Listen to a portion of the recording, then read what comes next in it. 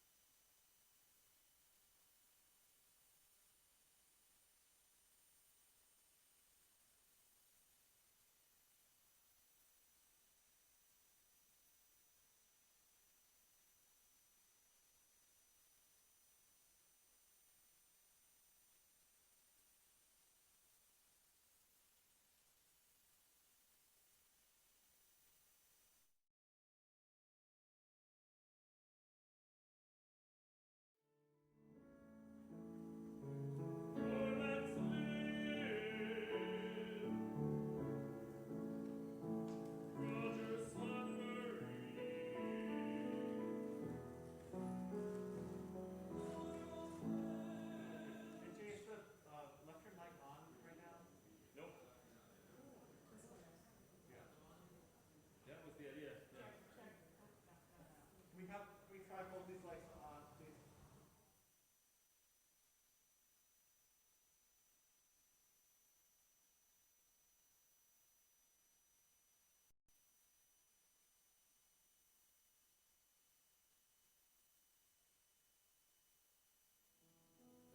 Cecil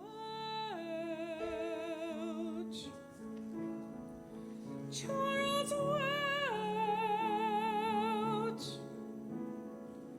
Hazel Legvold, Oscar Legvold, Paul Lowry, Elizabeth Grady, Margaret Morse Fiore, Ben Blodgett. Yeah, I'm okay. we'll do our best.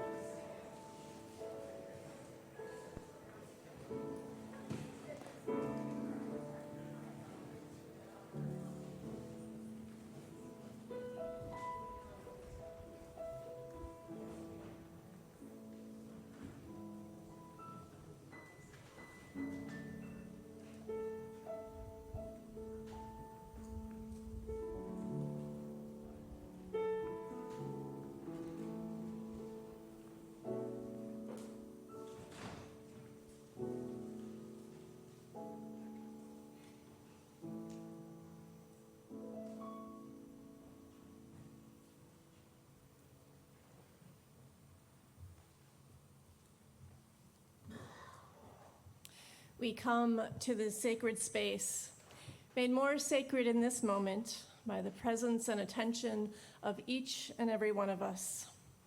Last week, we welcomed live streamers from Lexington, Winchester, Rockport, and Burlington, Massachusetts.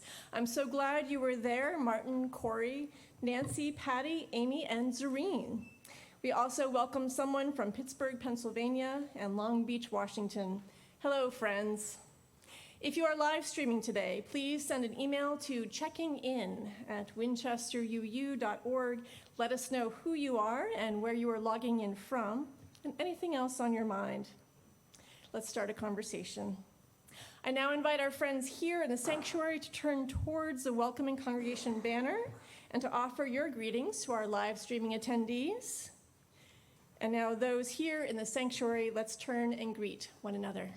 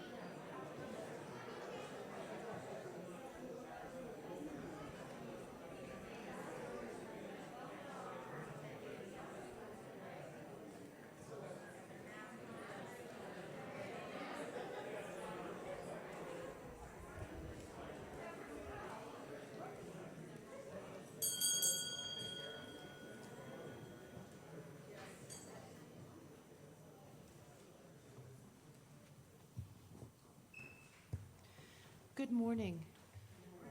Welcome to the Winchester Unitarian Society.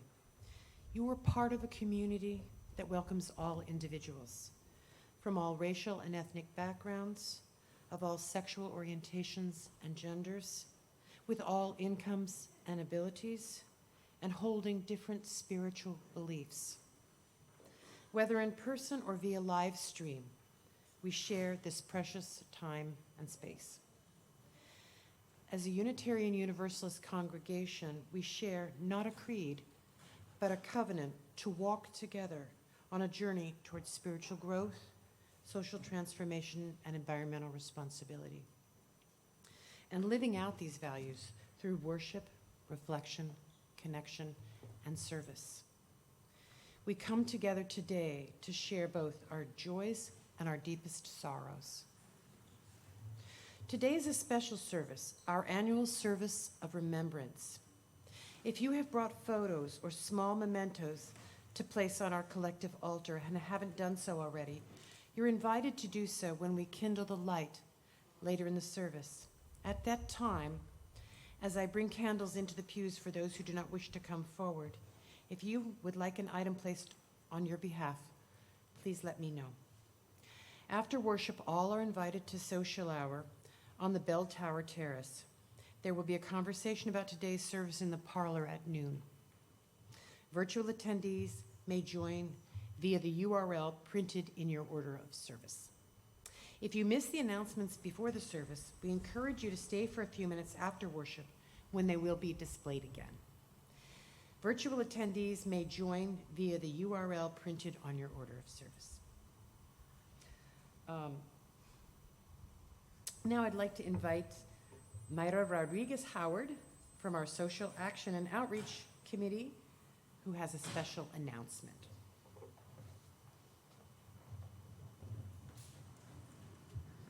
Thank you, and good morning. I'm Mayra Rodriguez-Howard, and I'm a member of your Social Action and Outreach Committee. The Thanksgiving holiday is a time to be with family and friends, to express gratitude, and to enjoy the bounty of the season by cooking a large and tasty meal. Some families in our community, however, experience food insecurity, along with feelings of shame or embarrassment or sadness over not being able to provide a traditional Thanksgiving meal for their family. Please join us in helping all families in our local communities to be able to enjoy a meal of plenty this Thanksgiving. Sign up after church today or email to provide a Thanksgiving box through the Woburn Council on Social Concern and ensure that others can have a happy holiday. Thank you.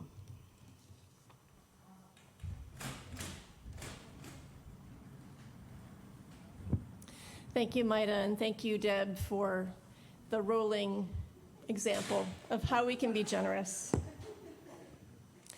Let us open our hearts and minds to the spirit of worship with these words. We come this day bearing our losses, grief quiet and familiar, and grief raw and new.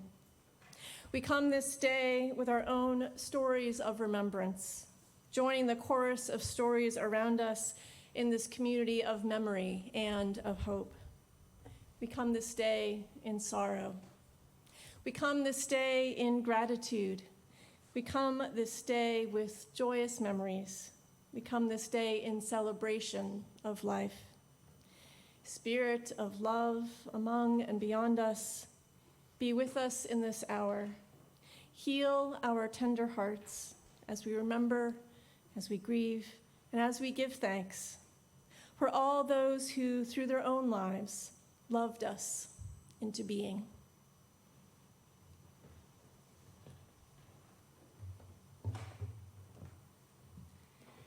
I now invite Calvin Levering to light the chalice. We dedicate today's chalice lighting with words by Mira Majkowicz. We light this chalice, transforming wax into light and warmth, to remind us of our own living, transforming this world into the love and activity of our daily lives. As we remember all those we have loved and lost, may today bring forth transformation in ourselves, from grief, healing, from memory, wholeness, and from celebration, love. Please rise in body or in spirit to join in singing our opening hymn, number 336, in the gray hymnal, All My Memories of Love.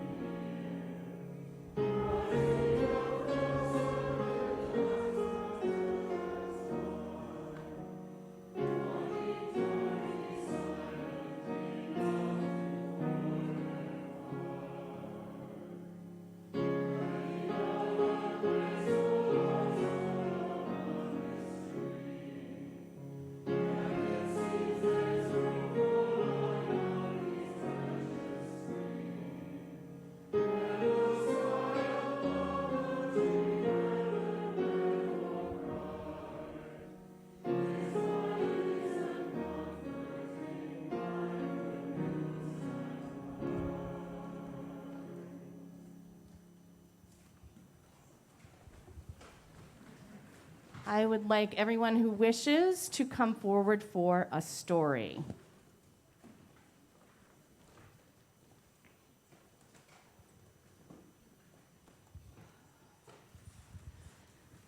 Hi there, everyone. So nice to see so many faces this morning. Look at you all, and some new faces. Hi, Timothy. Hi, Jeremiah. Oh, you've got a name tag on.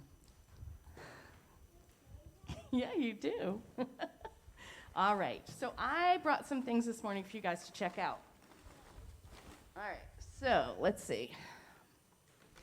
Who can see this? Raise your hand if you can see this. What does it look like? A star. Here, you can pass that around. Okay. Okay, this is going to be hard.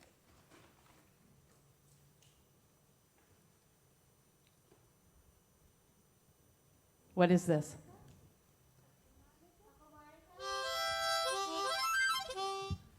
What does it sound like? Woo! Yeah, that's right, Timothy. What does this smell like? Pass it around.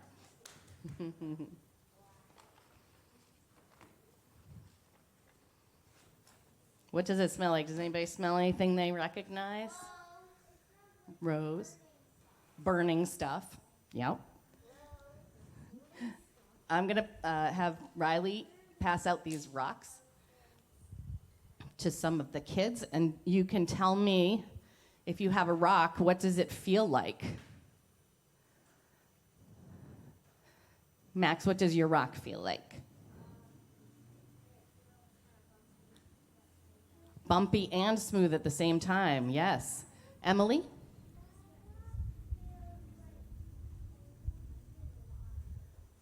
What did you say? Cold. It's cold with different lines. What's that? Neil's feels like a brick. And Ryan's is cold and soft.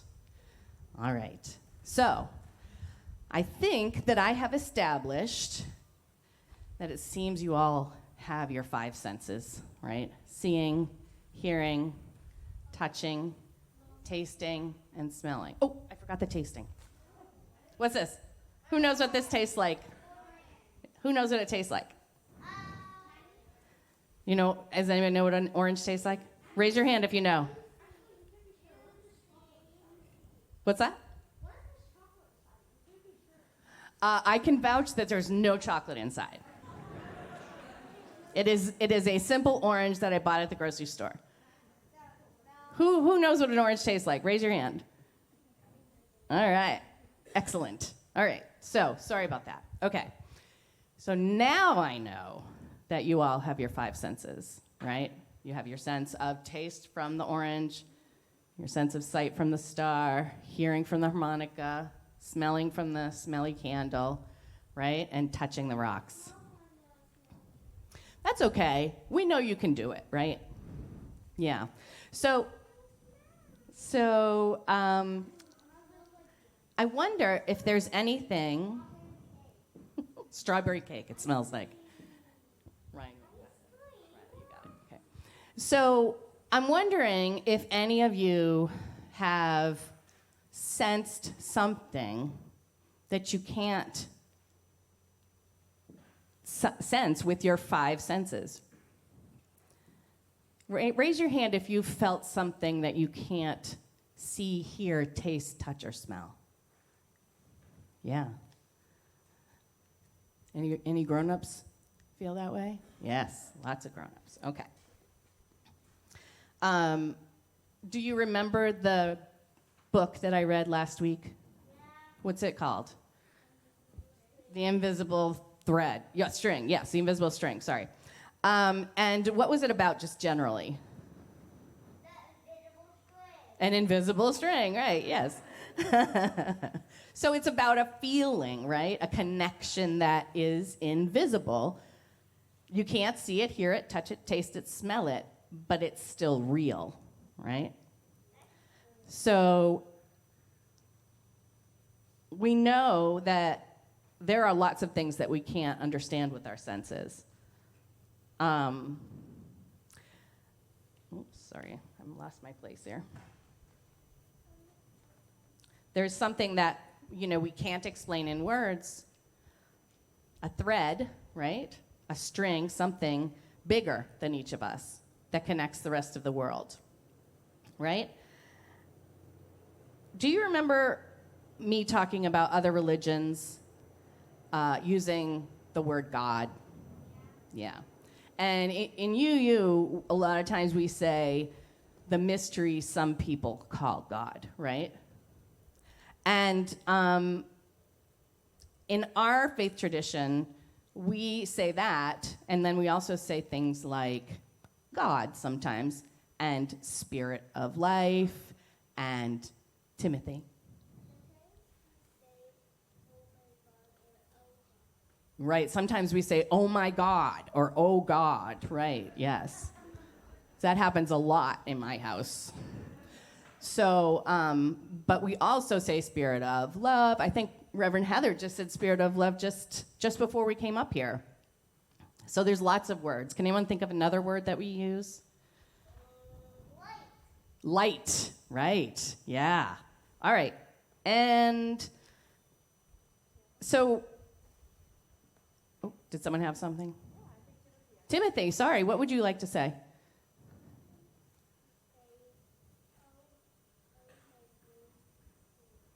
Gracious, yes, oh my gracious, oh my goodness, right? Those are all words that we use to describe that something, right? That's something that we can't really describe, right? But we're pretty sure that it's there, that it's real. And sometimes, though, you know, we want an answer. We want to know, what is that thing? What is that thing? We want to name it, right? We want to give it a label. We want to slap God on that thing, or love, right? No, you don't. You don't think that's a good idea, Jeremiah?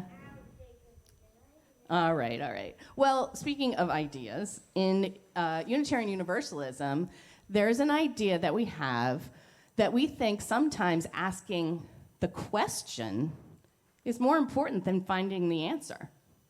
Yeah. Right?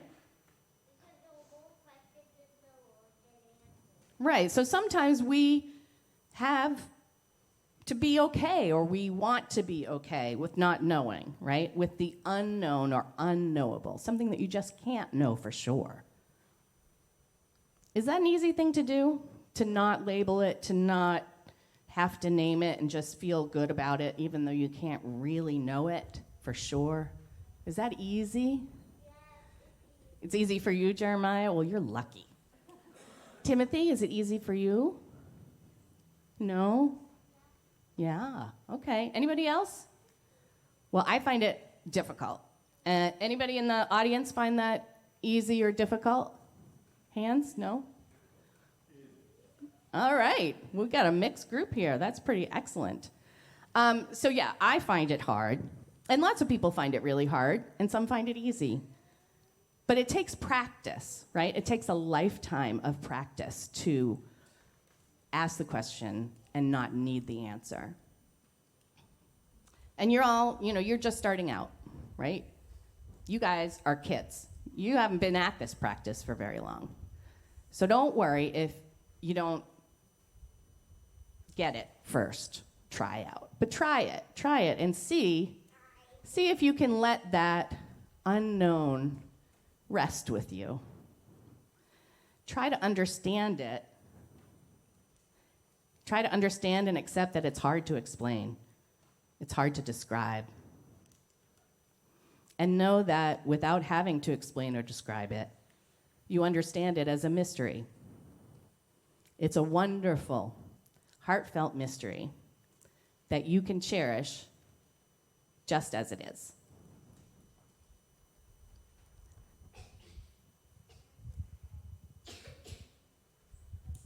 All right, now we will sing out the children to Ari.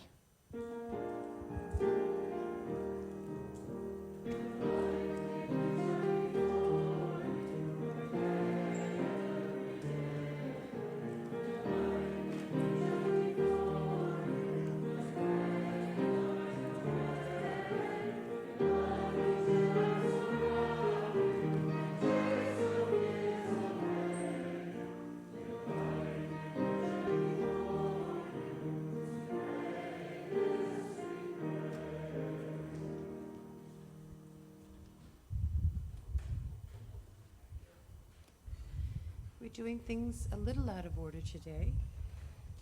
And so we will go forward with the offering. One hoped-for goal of our church is to encourage all who gather here to grow more generous in spirit and in action. This is one of the great ends of all the world's faith traditions, to bring the human being closer to the divine by acts of creation and compassion. We now will ask you to make an offering to support this self-supporting church and its many ministries. This morning we share our gifts with the U.S. Forest Service's A Living Tribute program. This program purchases young trees to be planted throughout the nation's national parks in memory of lost loved ones. Here are the different ways you can donate. Those attending by live stream will soon see the information about how to give. Those in the sanctuary may give cash, checks, or donate electronically, or visit our website under the Giving page. Please write or type the date of your offering in the memo line or comment field. If you're visiting for the first time, either in person or online, you are our guest. The most valuable thing you can offer at this moment is your contact information, so we may stay connected beyond this Sunday. Live stream attendees will see information about how to complete a virtual visitor card. In-person attendees can find a physical visitor card in the pew racks in front of you. Please complete it and put it in the collection plate. The offering will now be generously given and gratefully received.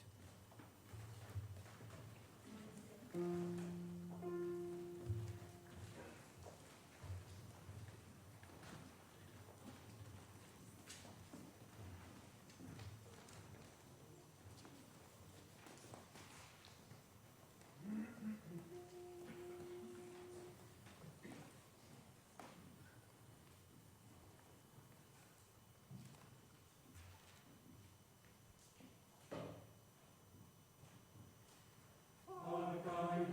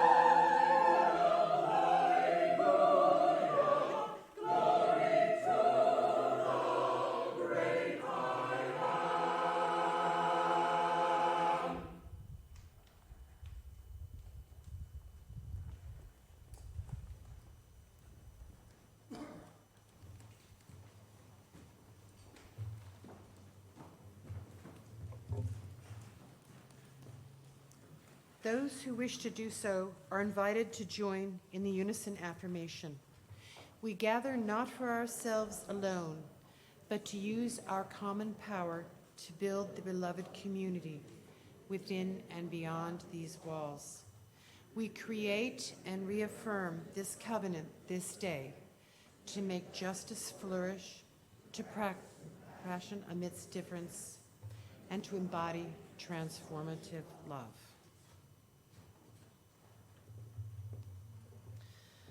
Some may remember the Reverend Aaliyah Kemmler, who did her ministerial internship here at the Winchester Unitarian Society. She now serves as the minister of the First Parish Church of Groton.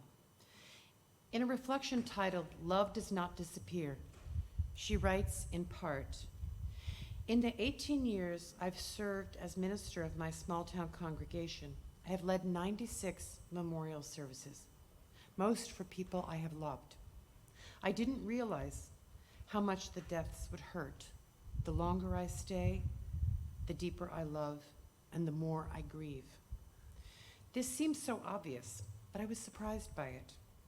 Another surprise has how our beloved dead seem to make themselves known, how they seem to linger with us for a little while. I was about to lead the memorial service for a man who shared a love of butterflies with his wife. Their home was filled with images of butterflies, and we had put a photo of one on the program. As I stood at the church door, a huge orange and black butterfly flew near. It circled me 3 times, above my head, around my shoulders, at my knees, and then flew away. When I told his wife about it, she nodded. Butterflies have been all around me since he died," she said. Last spring, a beloved elder died who believed he would be reincarnated as a red-tailed hawk. I told the congregation about his death at Sunday morning services. I had taped a picture of a red-tailed hawk on the front pew where he always sat. Several people told me that as I was making the announcement, they were looking out the sanctuary windows and saw a large hawk soaring above the church. Over the years, I've heard many stories about dragonflies and rainbows, and love songs coming on the radio at just the right moment. But maybe those we love are nearer to us than we realize. Maybe love is vaster than the limits of our understanding. I believe that it is. Please remain seated and join in singing hymn number 101 in the gray hymnal, "Abide with Me."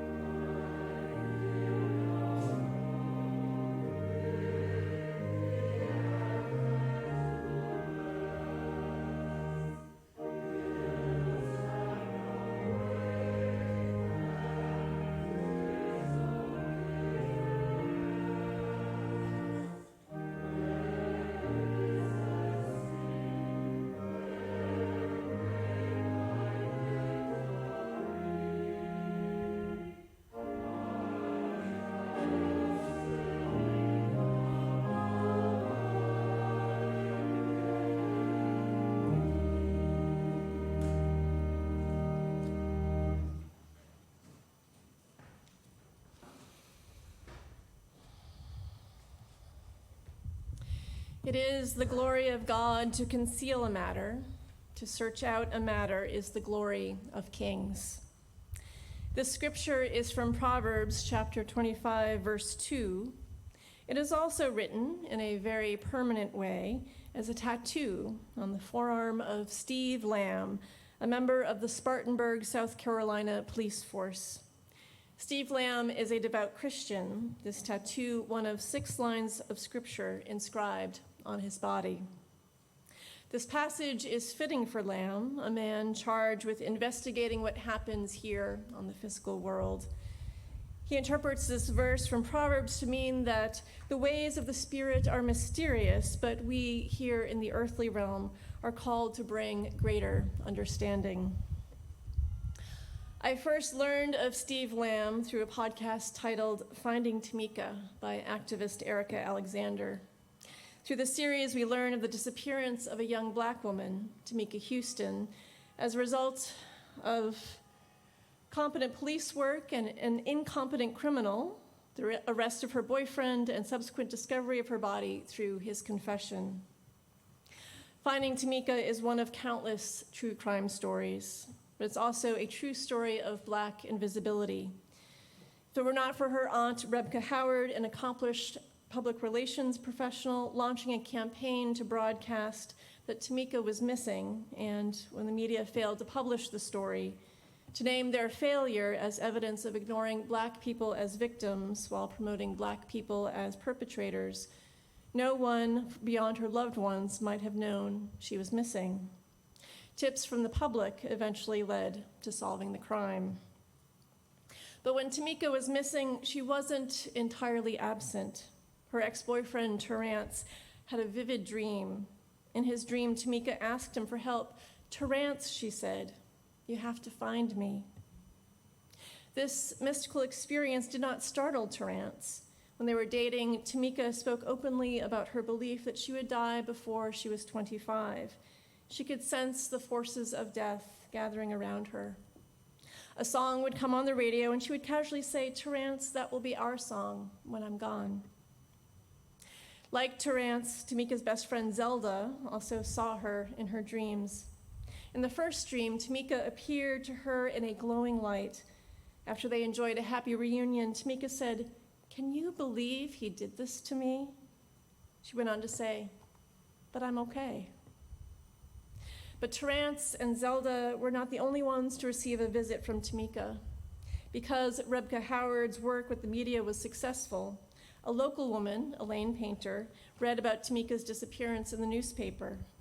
Also a devout Christian, during her morning prayers, she had a vision of Tamika. Through that vision, she knew Tamika was no longer alive. Later, she had another vision, this time of a man hiding in the bushes. Painter called the police department to tell them what she saw. She didn't want to talk to a detective, and she didn't want to receive a reward. Painter just wanted to let them know that Tamika Houston was not alive and that her body was not in water. The police department was already getting a number of calls from those claiming psychic visions related to the case, but somehow Painter's call was different. In the end, Painter would give precise information about the crime scene that ended up being true. There was no way for her to obtain this knowledge through the media.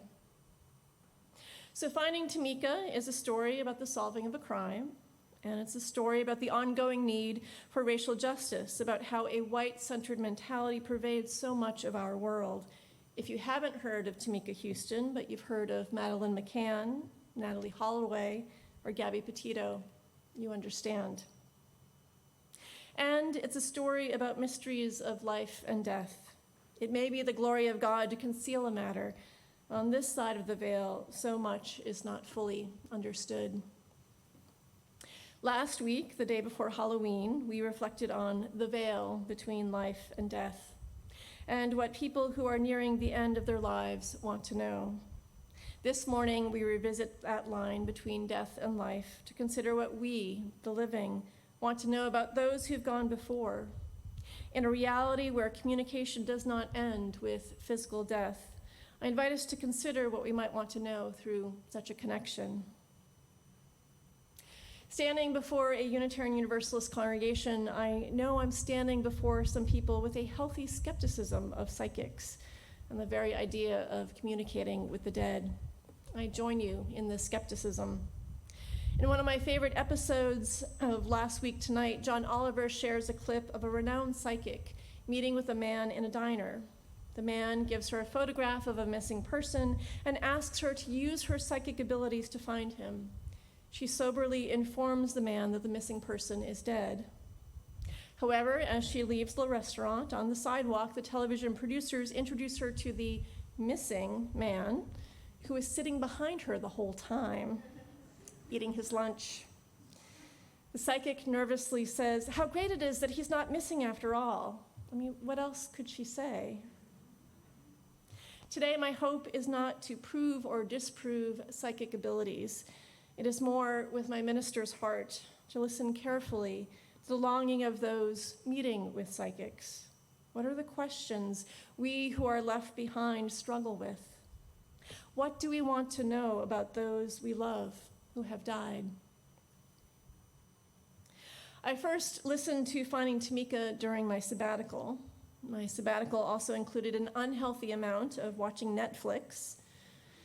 Since I was consuming the entire Netflix canon, I also watched the series Life After Death with Tyler Henry. Tyler Henry is a famous psychic and clairvoyant, known for doing readings with celebrities. In his series, he meets with famous and ordinary people, and through his process of listening and drawing, passes on messages from people who have died. So often, Henry's messages include the reassurance Zelda heard from Tamika in her dream. I'm okay. To the extent we can believe that a part of us exists after physical death, the living want to know that those who have died are indeed resting in peace. The hunger for affirmation of souls at rest is perhaps greatest when the one we love died in a difficult or violent way, as Tamika Houston did. One episode of Life and Death stood out to me. It includes a reading Henry did with his former math teacher. She recounts how she first learned of Tyler Henry's capabilities. As her mother-in-law, Lorraine, was dying, she brought her children to visit her. After she died, the teacher pulled herself together so she could drive to school to teach class. At the end of class, Henry stayed behind. She knew him as a quiet kid and was surprised when he said, "Miss Camp, may I give you a message?" Not knowing what he meant, she agreed, and he said, "Lorraine says it's okay to cry." With that, the teacher collapsed into tears. As her sobbing waned, Tyler Henry then said, "She also wants to thank you for bringing the children over." In the episode, Tyler Henry reunites with his math teacher and meets with some of her friends to do a series of readings. In his reading with Ms. Camp, he passes on a message from her mother. Through Henry, she says, "I didn't see it then, but I see it now. When you needed a mother the most, I couldn't be there for you. I got lost in the details. So this is the apology I never gave you. I'm sorry. And I'm so proud of how you've raised your own children. You have not repeated my mistakes. I love you." Through this reading, Tyler Henry affirms what a friend wrote in a card to me when my own mother died. Even when someone dies, our relationship with them can continue to evolve and heal. The living want to know that whatever understanding or reconciliation did not take place in life is still possible after death. Those of us who are a regular part of congregational life know that sometimes there's the sermon you intend to preach, and along the way, something tears at the fabric of community or your own soul in a way that warrants a pivot in Sunday's message, and this is one of those times. On Thursday, we learned the heartbreaking news that Brenda Martino died on Wednesday. If you did not know Brenda, you may know her mother, Ginger Hansen, or Dan Hermes, who knew her well throughout her high school years. Brenda was an alum of our youth group, WCG, and loved by so many. Some will recall her incredibly courageous senior statement she read from this pulpit last year. Her senior high school photo is displayed here on the chancel table. When sharing the news of her passing, Director of Youth and Children's Ministries Sam Wilson recalled that Brenda was a wonderful, hilarious, kind, thoughtful, hardworking, and amazing member of our community. She was very candid about her battles with mental health and did a beautiful job of destigmatizing that and encouraging people to ask for help. She also was that help for a lot of people, and I know a lot of our younger members considered her like a mom for the group. Brenda was part of a circle of 5 who did almost everything together. These friendships fostered connections between their own moms, who formed a parallel sisterhood as they each prepared for their own brilliant and beautiful daughter to leave the nest. I did not know Brenda well, but to the extent I did, I saw her deep kindness made all the more remarkable through my knowledge of her struggles. While we do not know exactly how she died, we do know Brenda chose to end her unimaginable pain. Knowing her history with mental health challenges, for some, this is not surprising. Recognizing how hard she fought for her well-being and how well she had been doing in recent months, for some, this is a surprising shock. Sam and I created space on Thursday night for youth and others to gather. When we grieve, we want to know that we're not alone. We want to be in a space where whatever we are feeling is welcome and understood by those around us. For those who knew and loved Brenda, there are no words to relieve the pain of losing her. For those who did not know Brenda, but mourn that someone should know such pain and die so young, perhaps you want to know why these things happen. As I wish I had words to soothe the grieving, I wish I had words to bring us to understanding. Short of this, I invite us to sustain and extend the spaces we created on Thursday into today and next week and beyond. As I observed with Ginger, the pain of this loss will lessen, and we will never be the same again. The living want to know there is always space to grieve, to remember, and to heal. Later in our service, we will participate in a sung litany. The names of our beloved dead will be intoned, and we will respond, singing, "You are not forgotten." Together, we will hear Brenda's name, and together, through our voices, we will hold her in memory.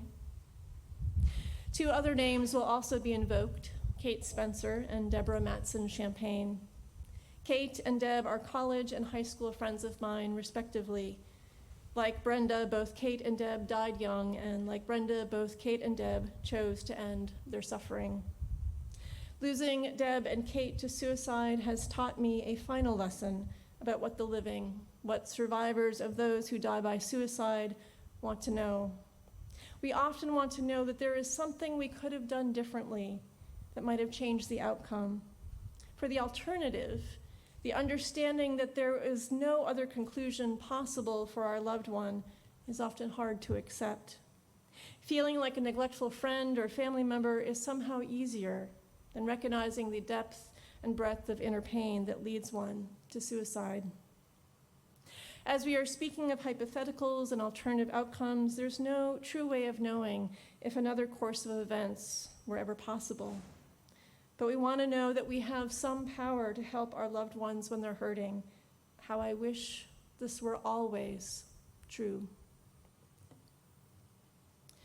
In the wake of Brenda's death, some have recalled a quote she added to a mural during the WCG service trip to West Virginia. "Make my love like a circle, no beginning and no end." As we remember Brenda and grieve the end of her life, it is my hope that all those who know and love her know the mutuality of this love. Brenda's senior statement concluded with, "I would not be the person I am today without you, and I will miss you all so much. I hope you all continue to spread your love wherever you go."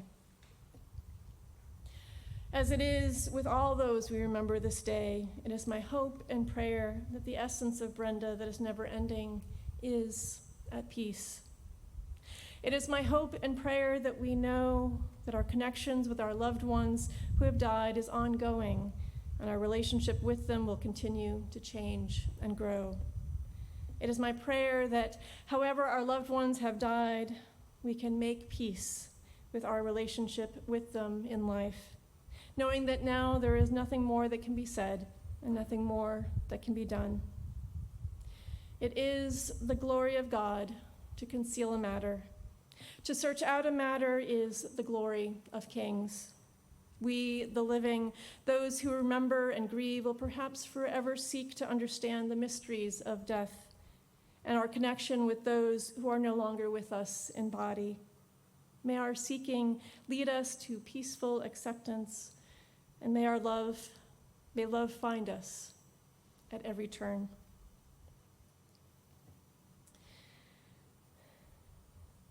It is a long-standing practice of our congregation to kindle the light, to light a candle in recognition of the joys, sorrows, and concerns we hold within. On this Remembrance Sunday, we light our candles as symbols of the lives we call to heart and mind this day. When we invite you forward to light a candle, you may also place photos or small mementos by your candle. And there's plenty of room on the candle table and room here on the chancel table. After we kindle a light, we'll be together in a time of shared silence, out of which we will participate in the sung litany.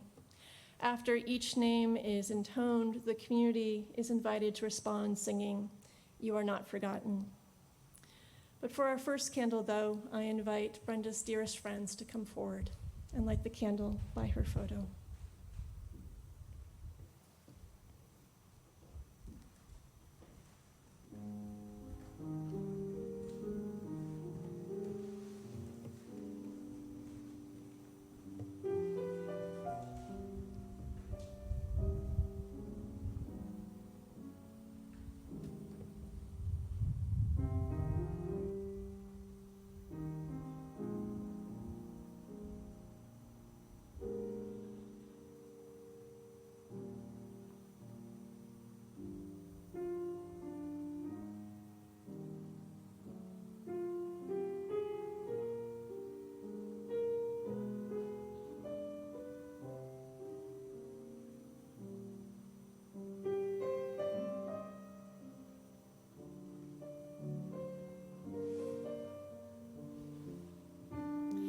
Let us all kindle the light.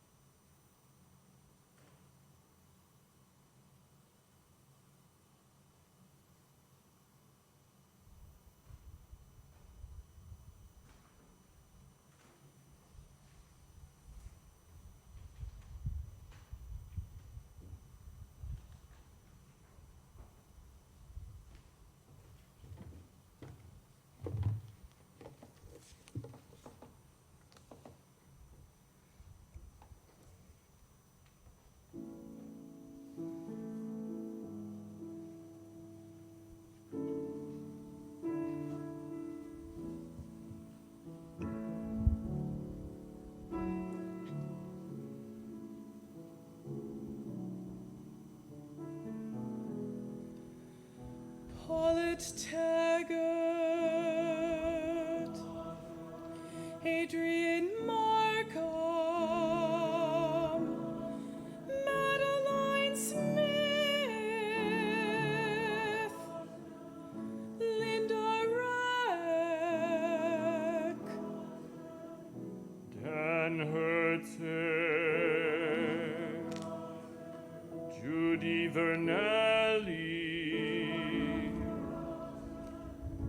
Cormac Flynn, Roger Sudbury, Laura Welch, Cecil Welch, Charles Welch, Hazel Legvold, Oscar Legvold, Paul Lowry, Elizabeth Grady, Margaret Morse-Fiore, Vern Blodgett, Rick Hochman, Chuck Reinhardt, Beth O'Donnell, Dean Pappas, Sam Berliner III, Ron Denhart, John Russell, Brenda Martino, Ganson Taggart, Pat Meany, Emmons Ellis, Ruth Kennerson, Catherine Toohey, Evelyn Traeger, Zion Sid, Deborah Matson Champagne, Linda Lampron, Kate Spencer, Bud Wellman,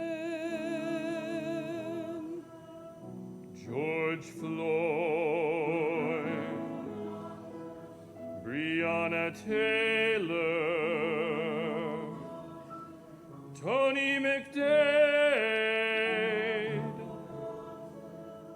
Dion Johnson,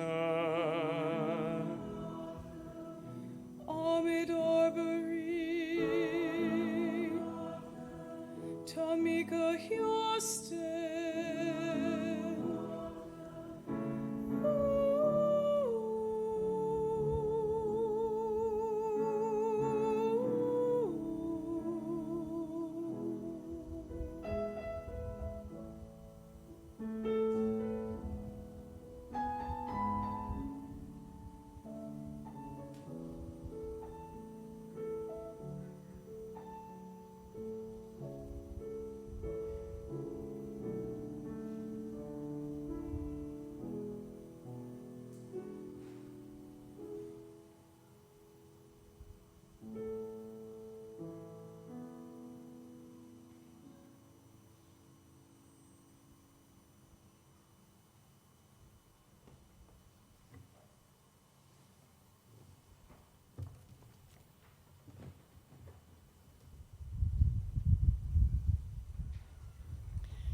I invite us into the spirit of prayer.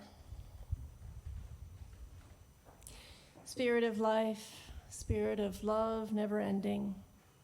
By our intention, through the passing of flame and the sharing of our voices, we have joined the land of the living and the land of the dead. Through our memories, our loved ones join us once again.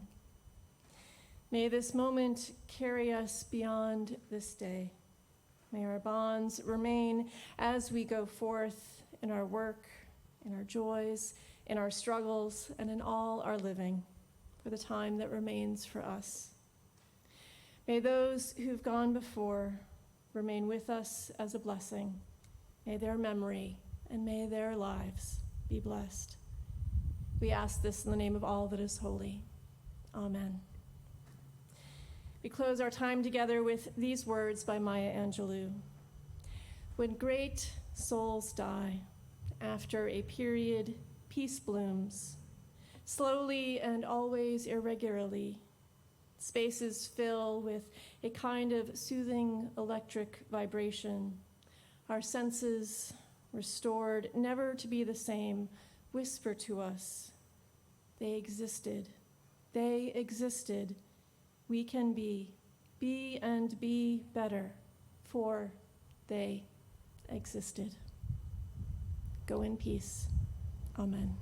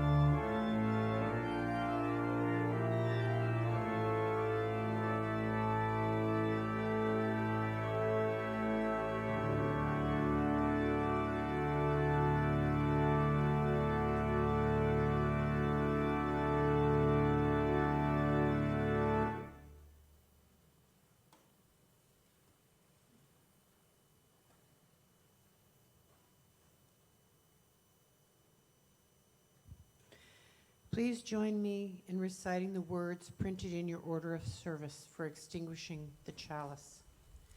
We extinguish this flame, but not the light of truth, the warmth of community, or the fire of commitment. These we carry in our hearts until we are together again.